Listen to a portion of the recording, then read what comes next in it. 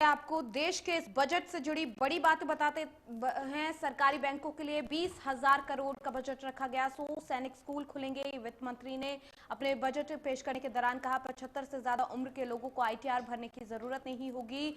जम्मू कश्मीर में gas pipeline का ऐलान किया गया। बंगाल समेत कई राज्यों में नई सड़कों का ऐलान हुआ है। राजकोषीय घाटा 9.5% मन जताया गया। लोहे और स्टील के उत्पाद सस्ते होंगे, उन पर कस्टम ड्यूटी घटाई गई है। कोरोना वैक्सीन के लिए 35,000 करोड़ का बजट रखा गया। 75 से ज्यादा उम्र के लोगों को एक राहत मिली है। आईटीआर भरने की जरूरत उनको नहीं है। देश के बजट की बड़ी बातें आपको बता रहे हैं। सरकारी बैंकों के लिए 20,000 करोड़ का बजट रखा गया। साथ ही 100 सैनिक स्कूल खुलेंगे, एकलव्य स्कूल भी खुलेंगे। 75 से ज्यादा उम्र के लोगों को आईटीआर भरने की जरूरत नहीं होगी। जम्मू कश्मीर में भी गैस पाइपलाइन का ऐलान किया गया। बंगाल समेत कई राज्यों में नई सड़कों का ऐलान हुआ है। राजकोषीय घाटा 9.5% रहने का अनुमान जताया गया है। लोहे और स्टील के उत्पाद सस्ते होंगे। साथ ही साथ आपको बता दें कि कस्टम ड्यूटी कई चीजों पर घटाई गई।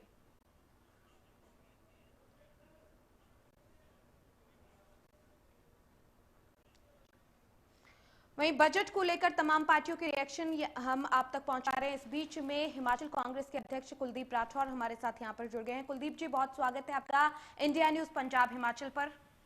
जी जी, धन्यवाद। बजट सुना आपने, क्या कुछ प्रतिक्रिया आपकी बजट को लेकर रहेगी? देखिए, मैं ये कहना चाहता हूँ कि इस बजट में कुछ नया नहीं है, खाली आंकड़ों का माया जाल है। और जहाँ तक हिमाचल के संदर्भ में बात है, हमको अपेक्षा थी कि हिमाचल में कोरोना के समय बहुत ज्यादा हमारा नुकसान हुआ है, हमें कुछ ना कुछ मिलेगा। लेकिन हिमाचल के लिए जो है इस बजट में कुछ नहीं है, ना कोई रेलवे के लिए, ना कोई हमारे यहाँ वायु सेवा उसके लिए, हिमाचल के लिए कहीं कुछ इस बजट में नहीं है। तो हिमाचली होने के नाते निश्चित तौर पे मुझे इस बात की बहुत ज्यादा निराशा हुई। कुलदीप जी, इस बार जो टैक्स स्लैब है उसमें भी ज्यादा कोई डिफरेंस नहीं देखने को मिला। हालांकि 75 साल से उम्र के जो लोग हैं उनको आईटीआर में जो ना भरने की जो राहत है वो भी मिली है, उसको लेकर क्या कहेंगे? देखिए, ठीक है, वो इन्होंने राहत दी है, जो बुजुर्ग लोग हैं उनको फायदा हो सकता है, लेकिन जिन लोगों को राहत की जरूरत थी उनको तो राहत मिली नहीं। ना ही इस बजट से कोई रोजगार का प्रावधान किया गया है। आज देश में बेरोजगारी चरम सीमा पे है। नौजवानों के लिए कोई नई योजना लेके ये सरकार नहीं आई।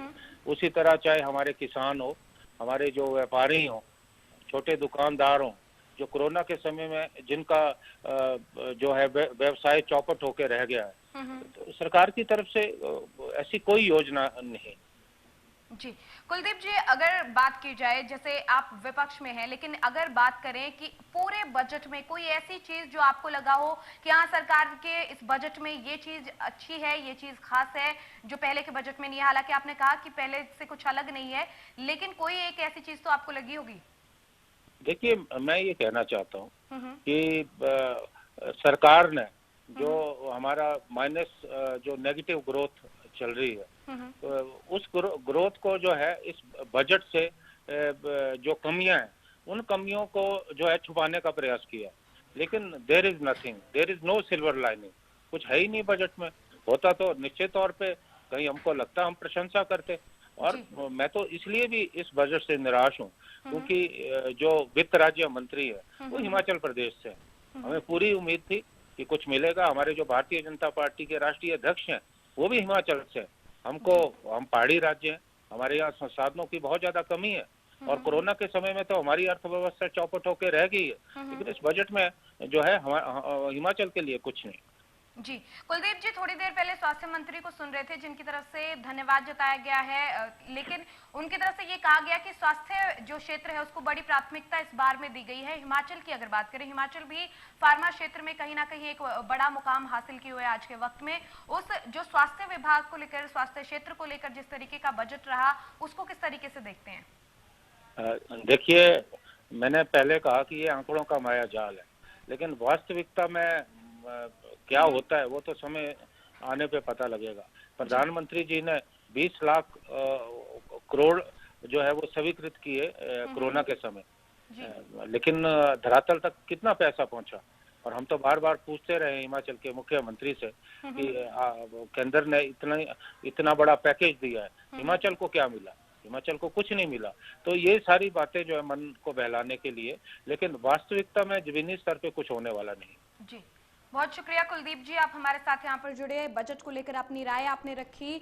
तो कुलदीप सिंह राठौर को सुन रहे थे आप, हिमाचल कांग्रेस प्रदेश अध्यक्ष कुलदीप राठौर को सुना आपने, जिसमें उन्होंने कहा कि बजट में कुछ भी खास नहीं है, हिमाचल को बजट में कुछ नहीं मिला, बजट से काफी निराशा उन्हें हुई है। साथ ही साथ उन्होंने केंद्रीय वित्त राज्य मंत्री अनुराग ठाकुर पर भी यहाँ पर निशाना साधते हुए कहा कि उन्हें बहुत उम्मीदें थी, क्योंकि केंद्रीय वित्त राज्य मंत्री जो हैं वो हरियाणा से हैं, माफ कीजिएगा हिमाचल से हैं, और ऐसे में उन्हें बहुत उम्मीदें थी कि इस बजट में हिमाचल के लिए कुछ खास निकल कर आएगा, लेकिन ऐसा कुछ नहीं मिला।